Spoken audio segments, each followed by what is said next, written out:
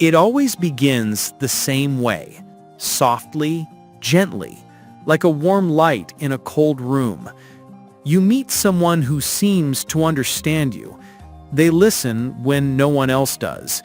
They laugh at your jokes, remember small details, make you feel seen. You start to think, maybe this person is different. Maybe you can finally let your guard down. Their kindness feels effortless, the kind that pulls you closer before you even realize it. And you tell yourself, this is what real connection looks like. But beneath the charm, something subtle stirs. The way they phrase things, the small favors that somehow turn into obligations, the warmth that sometimes feels too perfect. You ignore it, because who wants to doubt someone who seems so kind? But that's how it begins. Not with lies, not with cruelty, but with the illusion of care. Because sometimes the most dangerous people are the ones who seem the nicest. It felt safe at first. They were kind, thoughtful, and endlessly understanding. The kind of person who seems to appear in your life just when you needed someone most. They listened to your stories like every word mattered. They made you laugh when you didn't feel like smiling. And in a world that often felt indifferent, their attention felt like a gift. You started to trust them. You shared pieces of your life you rarely spoke about. They always had the perfect response. Gentle words, reassuring tones, promises that sounded sincere. But something in their kindness was calculated. It wasn't chaotic or cruel. It was controlled. They learned what made you open up and what made you doubt yourself. Every secret, every insecurity became a thread they quietly held in their hands. And without realizing it, you began to depend on them for comfort, for validation, for peace of mind. They smiled warmly, but behind that smile was something else. Not connection, but control dressed up as care. It didn't happen all at once. There was no fight, no clear moment where things turned dark. Just small, almost invisible shifts. A suggestion here, a correction there. They'd say things like, "I'm just trying to help," or "I only want what's best for you." And somehow you started believing that maybe they did know better. They questioned your choices, softly at first, then with subtle disappointment when you didn't agree. They made you second-guess your own instincts, your own judgment. And when you pulled away, they'd remind you how much they've done for you,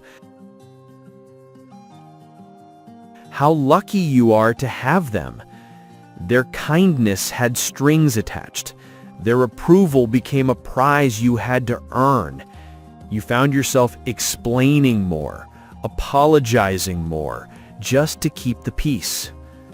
They never raised their voice. They didn't have to.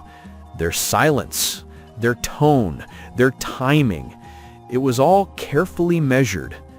You began walking on eggshells, unsure of when you stopped being yourself. And yet, you still told yourself they cared. Because the most dangerous manipulation isn't loud, it's quiet.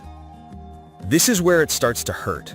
Not because of what they do, but because of what you begin to believe about yourself. You start replaying conversations in your head, wondering if you were too sensitive, too dramatic, too ungrateful. You question your memory. Did they really say that? Maybe I misunderstood.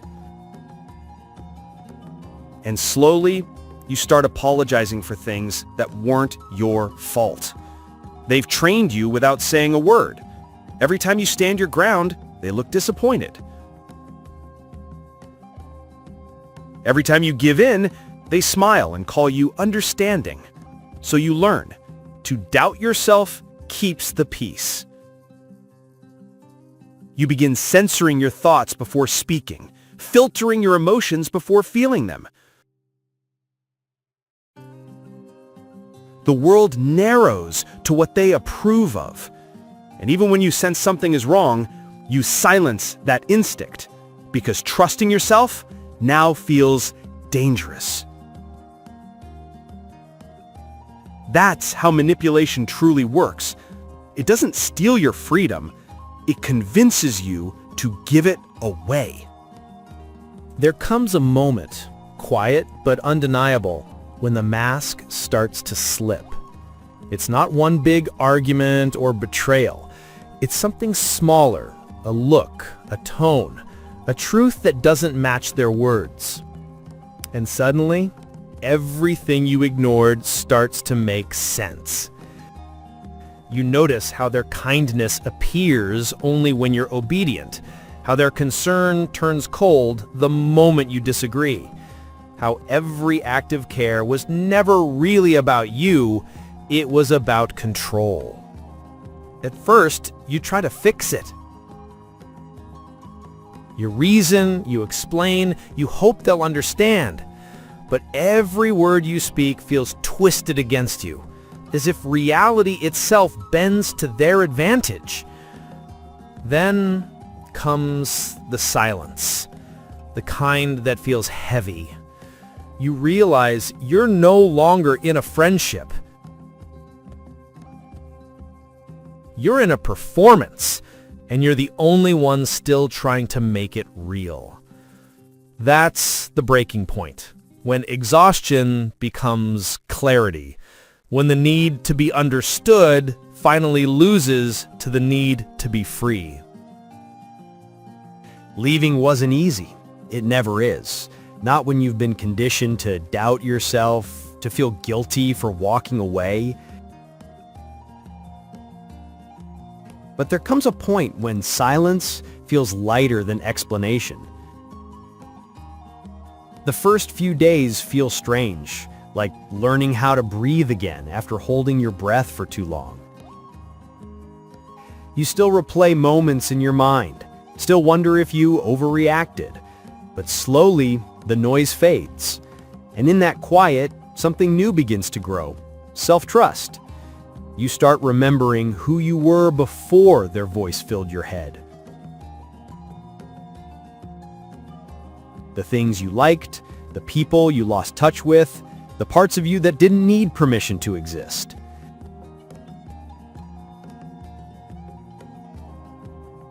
You realize healing isn't about hating them.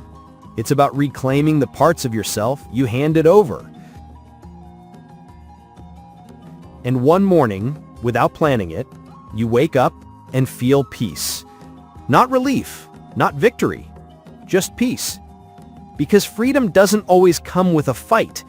Sometimes it begins the moment you stop explaining your pain to the person who caused it. In the end, manipulation doesn't just steal your peace. It teaches you how fragile trust can be. How easily kindness can be used as a mask, and how silence can be more dangerous than cruelty. But it also teaches something deeper, that awareness is power. That the moment you begin to see clearly, you can never be controlled the same way again. The truth is, not everyone who smiles at you wishes you well. Some people study your wounds just to learn where to press. But that's not a reason to close your heart. It's a reason to protect it wisely. Because real kindness doesn't make you smaller. It helps you grow. And real love never asks you to betray yourself to keep it.